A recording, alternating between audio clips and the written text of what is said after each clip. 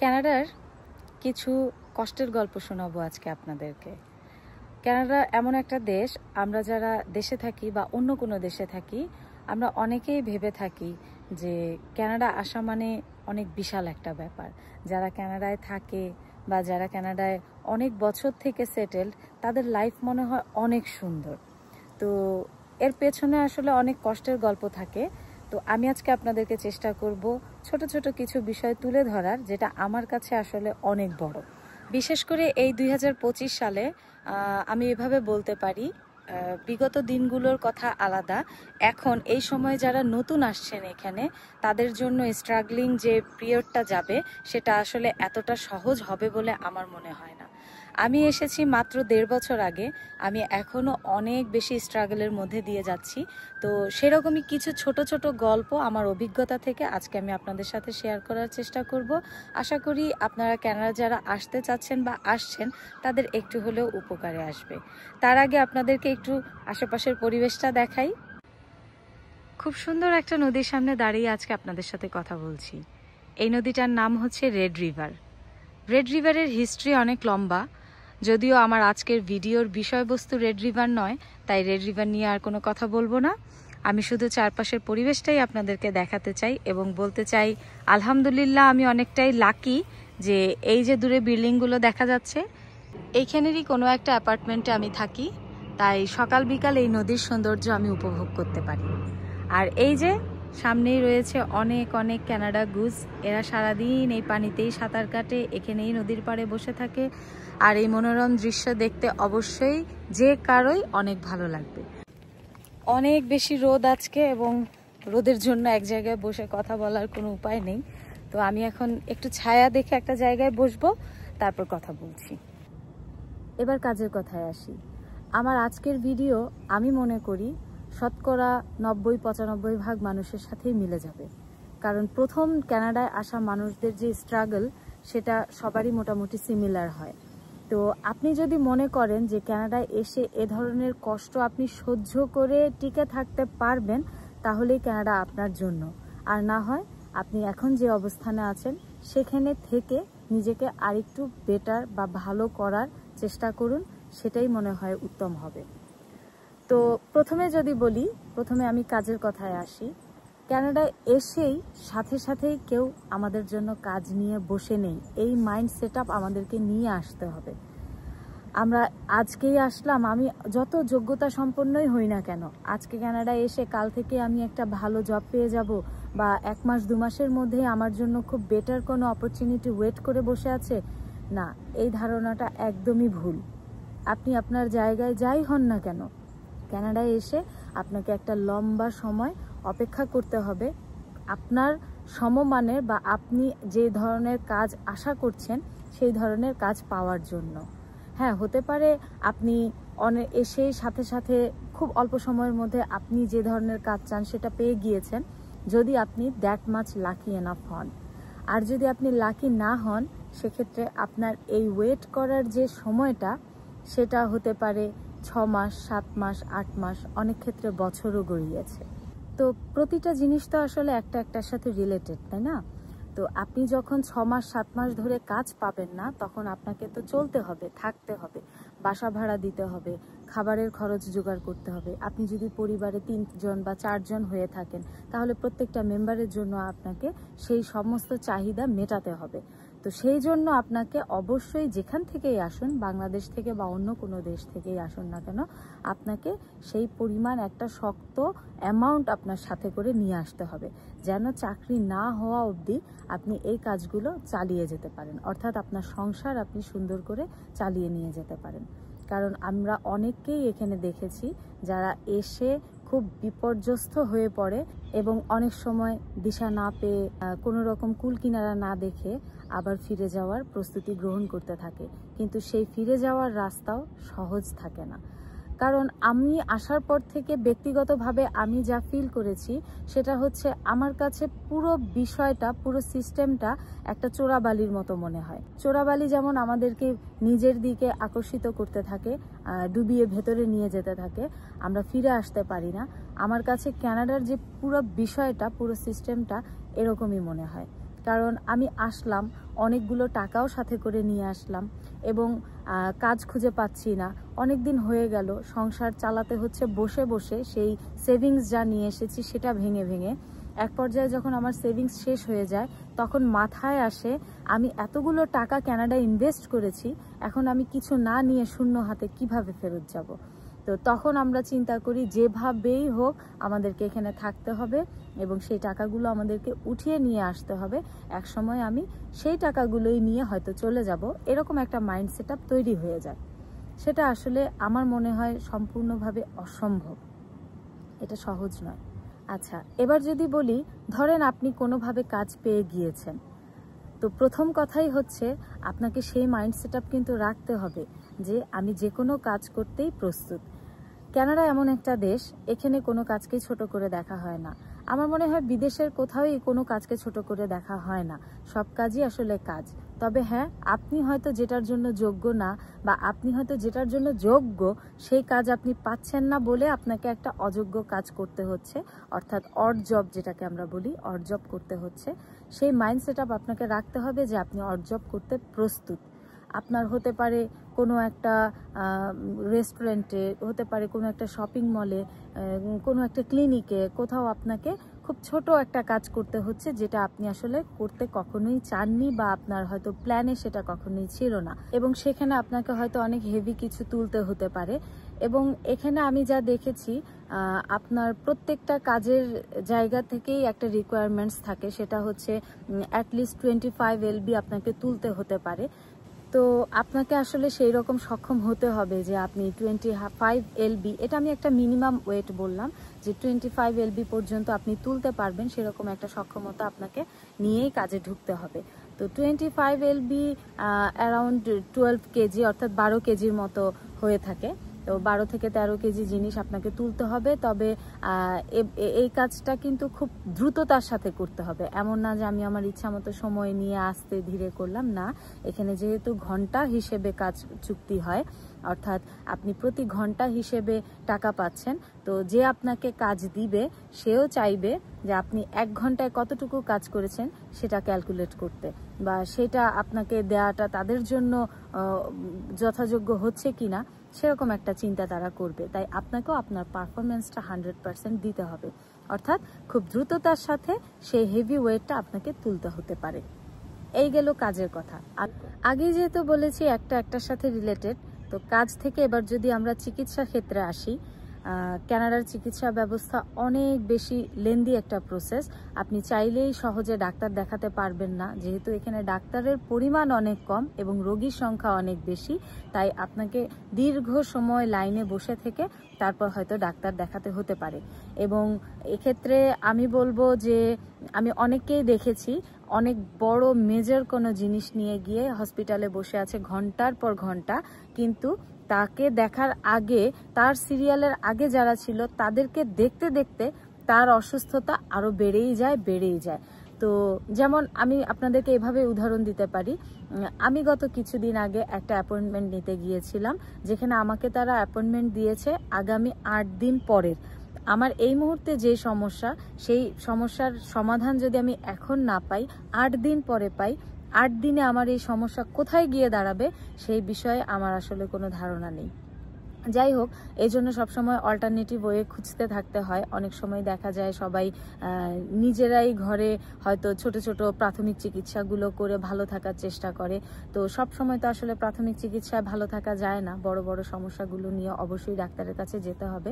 মূল বিষয় হচ্ছে কানাডায় আপনার চিকিৎসা ব্যবস্থা এত সহজ নয়, অনেক বেশি লেন্দি প্রসেস, যেহেতু এখানে ডাক্তারের চেয়ে রোগীর সংখ্যা বেশি, অথবা আমি এভাবে বলতে পারি রোগীর চেয়ে ডাক্তারের সংখ্যা অনেক কম। তাই কানাডায় চিকিৎসা ব্যবস্থা অনেক বেশি লেন্দি। আর যেহেতু আগেই বলেছি একটা একটার সাথে রিলেটেড, আপনি যেহেতু হেভি কাজ করতে হতে পারে, তো আমি অনেককেই দেখেছি শরীরের ব্যথা খুব দ্রুত শুরু হয়ে যায়, কোমরের ব্যথা, পায়ের ব্যথা, হাতের ব্যথা, অনেক রকম ব্যথায় জর্জরিত হয়ে যায়। যে মানুষটা বিগত বছরগুলোতে হয়তো কোনো রকম অসুখেই ছিল না, তার শরীরে কোনো রকম কোনো অসুখের চিহ্নও ছিল না, এখানে এসে 6 মাস, 7 মাস, 8 মাস কাজ করার পরে দেখা যায় যে তার শরীরে খুব দ্রুতই অনেক রকম সমস্যা বাসা বেঁধে ফেলে। আর সেগুলোর সমাধানের জন্য ডাক্তারের কাছে তো যেতেই হবে, কিন্তু ডাক্তারের যে ব্যবস্থা সেটা এখানে অনেক লম্বা প্রসেস। তাই এই মাইন্ড সেটআপটাও আপনাকে নিয়ে আসতে হবে যে আপনি চাইলেই ডাক্তার দেখাতে পারছেন না। তো চিকিৎসা ব্যবস্থা কানাডার এতটাই খারাপ। এবার বলি যাতায়াত ব্যবস্থা নিয়ে। তো আপনি যদি অনেকগুলো টাকা পয়সা সাথে করে নিয়ে আসেন, প্রথমেই এসে আপনি একটা ছোট বা বড় বা আপনার প্রেফারেন্স যাই হয়, নতুন বা পুরাতন একটা গাড়ি আপনাকে কিনতেই হবে। কারণ এদেশের সিস্টেমটাই এমন, এভাবেই হয়তো ডিজাইন করা এই দেশটা, আপনাকে একটা গাড়ি আসলে থাকতেই হবে। এখানে গাড়িটা কোনো বিলাসিতা নয়, এটা সম্পূর্ণ প্রয়োজন, সম্পূর্ণরূপে প্রয়োজন। যেহেতু বছরের দীর্ঘ একটা সময় ঠান্ডা থাকে এবং স্নো থাকে, সেই সময় পায়ে হেঁটে বা পাবলিক ট্রান্সপোর্টে করে আপনার ব্যক্তিগত কাজগুলো করাই কঠিন হয়ে যায়। অর্থাৎ বাজার করা বা বাইরে বাচ্চাদেরকে স্কুলে নিয়ে যাওয়া, নিয়ে আসা, আপনার কাজের ক্ষেত্রে আপনি যেখানে কাজ করতে যাবেন, আপনার কাজটা যদি দূরে হয়ে থাকে তাহলে অবশ্যই আপনাকে একটা গাড়ি ব্যবহার করতে হবে। আর যদি আপনি গাড়ি প্রথম অবস্থায় কিনতে না পারেন বা আপনি কিনতে না চান, পাবলিক ট্রান্সপোর্ট ব্যবহার করতে চান, সেক্ষেত্রে আপনাকে অনেক কষ্টের মধ্যে দিয়ে যেতে হবে। কারণ কানাডায় অনেক বেশি হোমলেস পিপল আছে যারা আপনাকে অনেক বিব্রত করবে, বা আপনি যদি অভ্যস্ত না হয়ে থাকেন আপনাকে অনেক কিছুই ফেস করতে হতে পারে। এবং আরেকটা বড় বিষয় হচ্ছে যে এখানকার দূরত্ব বা এখানের সিস্টেমটা এমন, আপনি চাইলেই একটা বাসে করে সরাসরি হয়তো আপনার কর্মস্থলে নাও পৌঁছাতে পারেন, আপনাকে হয়তো 2টা বাস বা 3টা বাস চেঞ্জ করে আপনার কাজের জায়গায় যেতে হবে। সেক্ষেত্রে আপনার সময়ও অনেক লম্বা লাগবে এবং একটা কষ্ট তো আপনার আছেই সাথে। যেমন এখানে মিনিমাম 7 থেকে 8 ঘন্টা সবাই কাজ করে থাকে, এটা একটা সেটআপ। 8 ঘন্টা কাজের জন্য আপনাকে যদি যাওয়ার সময় 1.5 ঘন্টা, আসার সময় 1.5 ঘন্টা জার্নি করতে হয়, তাহলে দেখা যাবে যে মোটামুটি 11 থেকে 11.5 ঘন্টা, অনেক সময় 12 ঘন্টাও আপনাকে বাসার বাইরে থাকতে হবে। কিন্তু সেক্ষেত্রে আপনার যদি ছোট একটা গাড়ি থাকে, আপনি যদি গাড়ি দিয়ে যাতায়াত করেন, তাহলে হয়তো আপনাকে 8 ঘন্টার কাজ সাথে আরও 1 ঘন্টাও যদি আমি অ্যাড করি, তাহলে 9 ঘন্টার মধ্যে আপনি বাসায় ফিরে আসতে পারবেন বা কাজে চলে যেতে পারবেন। Minimum wedge. আপনি এখানে যখনই কাজ শুরু করবেন, আপনাকে মিনিমাম একটা স্যালারি দিয়ে আপনাকে কাজ শুরু করতে হবে। অনেকের ক্ষেত্রে বিষয়টা ভিন্ন, যারা ডাক্তার বা ইঞ্জিনিয়ার, তাদের ক্ষেত্রে বিষয়টা ভিন্ন, বা আরও অনেক অনেক সেক্টর আছে যেখানে 25, 26, 30 ডলারও ঘন্টায় আপনাকে দেয়। তবে মিনিমাম যে স্যালারিটা কানাডায় নির্ধারিত, সেটা হচ্ছে গিয়ে আমার প্রভিন্সে $17। তো $17 থেকে আপনাকে কাজ শুরু করতে হবে।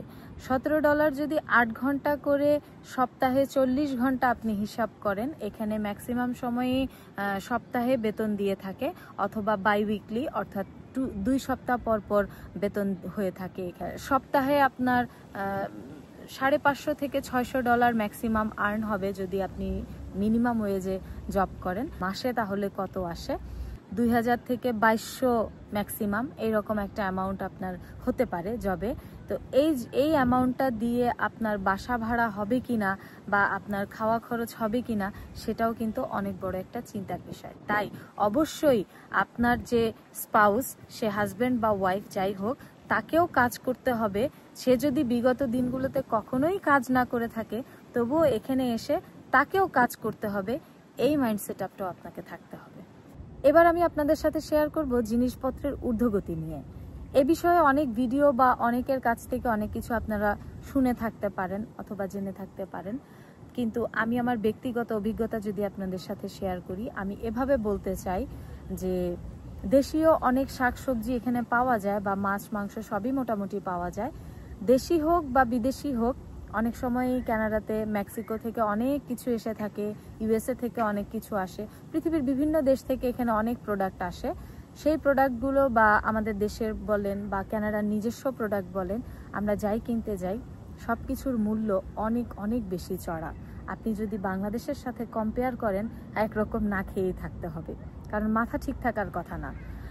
ধরেন আমি ছোট ছোট ক্লিপ শেয়ার করি অনেক, যেমন আমি অনেক শর্টস, রিলস এগুলো শেয়ার করি, সেখানে আমি দেখাই যে ছোট্ট এক পিস কাঁঠালের দাম হয়তো এতটুকু করে কেটে রেখেছে, যেটা 600 বা 700 গ্রামের, সেই টুকরা কাঁঠালের দামই হয়তো বাংলাদেশি টাকায় 2000-1500 এরকম দাম পড়ে যায়। আমরা এখানে যেহেতু এলবির হিসাব চলে, অর্থাৎ পাউন্ডের হিসাব, দেখা যায় যে একটা করলায় 1 পাউন্ড হয়ে গিয়েছে। তো 1 পাউন্ড করলার দামই দেখা যায় $4 বা $5, যা বাংলাদেশি টাকায় 400-500 টাকা। তো এই জিনিসগুলো কিন্তু আমাদেরকে প্রথম অবস্থায় অনেক বেশি ভাবায়, পরবর্তীতেও আস্তে আস্তে হয়তো কিনতে কিনতে গায়ে সয়ে যায়, কারণ খেতে তো হবে, বাঁচতে তো হবে। কিন্তু জিনিসের দাম এখানে অনেক বেশি। কাপড় চোপড়ের দাম যদি বলি, অনেক অনেক বেশি। এবং নর্মাল যে দোকানগুলো আছে, রেগুলার আমরা যেসব জায়গা থেকে কেনাকাটা করতে পারি বা রেগুলার ইউজের কাপড় চোপড়, যেমন ওয়ালমার্ট বলেন বা ক্যানাডিয়ান সুপার স্টোর বলেন, এইসব জায়গা থেকে আমরা যে ধরনের কাপড় কিনি, কাপড়ের দাম এবং কোয়ালিটির কোনো মিল নেই। হ্যাঁ, অনেক ক্ষেত্রেই কোনো মিল থাকে না।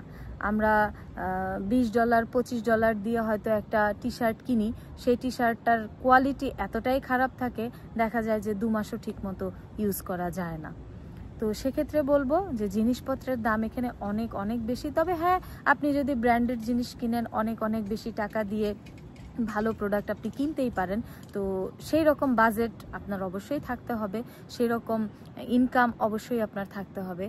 তো আপনি যদি ব্র্যান্ডের জিনিসপত্র পরে অভ্যস্ত হয়ে থাকেন, তাহলে শুরুতেই কানাডায় এসে আপনি যে এইভাবে আপনার লাইফস্টাইলটা চালাতে পারবেন, এই ধারণা আমার মনে হয় মাথা থেকে ঝেড়ে ফেলতে হবে। শুরুতে আপনাকে অবশ্যই একজন মিনিমাম ইনকাম করা মানুষ যেভাবে চলে, সেভাবেই হয়তো আপনাকে চলতে হতে পারে। আরেকটা বিষয় হচ্ছে বাসা ভাড়া। এখানে বাসা ভাড়া অনেক অনেক বেশি, সেই চিন্তা কিন্তু আগেই করে আসতে হবে, কারণ হয়তো মাথা ঘুরে যেতে পারে। ছোট্ট 2 রুমের বা 1 রুমের একটা অ্যাপার্টমেন্ট, সেই অ্যাপার্টমেন্টের ভাড়াও অনেক সময় দেখা যায় যে $1200 থেকে $1500 হয়েই থাকে, ক্যানাডিয়ান ডলার। আর অনেক ক্ষেত্রে অনেক বিল্ডিংয়ে দেখা যায় যে গ্যাস, পানি, কারেন্ট এগুলো ইনক্লুডেড থাকে, অনেক জায়গায় থাকে না। এছাড়াও আপনাকে আলাদাভাবে পার্কিং কিনে নিতে হতে পারে। আপনার গাড়িটা রাখার জন্য যে পার্কিং স্পটটা, সেটা আপনাকে অবশ্যই রেন্ট করতে হবে, সেটার একটা এক্সট্রা পেমেন্ট আপনাকে দিতে হবে। তো দেখা যায় যে বাংলাদেশি টাকায় 1,30,40 হাজার টাকা 2 রুমের বা 1 রুমের একটা বাসার ভাড়া হয়েই থাকে। যদি আপনি ইন্ডিভিজুয়াল কোনো হাউসে যান, সেক্ষেত্রে হয়তো আপনাকে 4 বেডরুমের একটা হাউস বা 3 বেডরুমের একটা হাউস, সেটার ভাড়া আপনাকে $3,000-3,500 পর্যন্ত গুনতে হতে পারে। তো এই ছিল আমার আজকের কথা, বা এই ছিল আজকে আমার ভিডিও। আরো অনেক অনেক পয়েন্ট আছে কানাডা নিয়ে কথা বলার। আমি আমার ভিডিওটা বেশি লম্বা করতে চাচ্ছি না, এক ভিডিওতে এত কথাও বলতে চাচ্ছি না। তো আমি আজকে এতটুকুই আপনাদের সাথে শেয়ার করলাম। আমার কাছে মনে হয় এই ধরনের বিষয়গুলো যদি আপনি মেনে নিয়ে আসতে পারেন, তাহলেই কানাডা আপনার জন্য। সবচেয়ে বড় কথা, অনেক বেশি কষ্ট করতে হবে, অনেক বেশি স্ট্রাগল আপনাকে করতে হবে। এই মাইন্ডসেট আপ নিয়ে যদি আপনি আসতে পারেন, তাহলেই কানাডা আপনার জন্য। আর না হয় আপনি যে অবস্থানে আছেন, যেখানে আছেন, সেখানে থেকে আরেকটু চিন্তা করুন, আরেকটু ভাবুন। এর চাইতে বেটার যদি কোনো পজিশনে আপনি ওখানেই থাকতে পারেন, তাহলে কেন আপনি কষ্ট করে কানাডায় আসবেন? এখন হয়তো অনেকেই প্রশ্ন তুলবেন, আপনি কেন আসছেন না ফিরে, আপনি কেন এত কষ্ট করছেন? আমি আগেই বলেছি, কানাডা হচ্ছে একটা চোরাবালির মতো। অনেক অনেক কিছু, আমার মেধা, আমার টাকা, আমার শ্রম, সবকিছু আমি ইনভেস্ট করে ফেলেছি। ফিরে যাওয়ার রাস্তা এত সহজ নয়। আপনাদের যদি কোনো প্রশ্ন থেকে থাকে, আমাকে জানাবেন কমেন্ট বক্সে। আমি আপ্রাণ চেষ্টা করব আপনাদের প্রশ্নের উত্তর দেওয়ার জন্য, এবং ব্যক্তিগত অভিজ্ঞতা থেকে সঠিক উত্তরটি দেওয়ার জন্য সুন্দরভাবে সাজিয়ে আপনাদের সামনে উপস্থাপন করার চেষ্টা করব সব সময়। আশা করি পরবর্তী ভিডিওতে আবার দেখা হবে। ভালো থাকবেন, সুস্থ থাকবেন। আল্লাহ হাফেজ। আসসালামু আলাইকুম।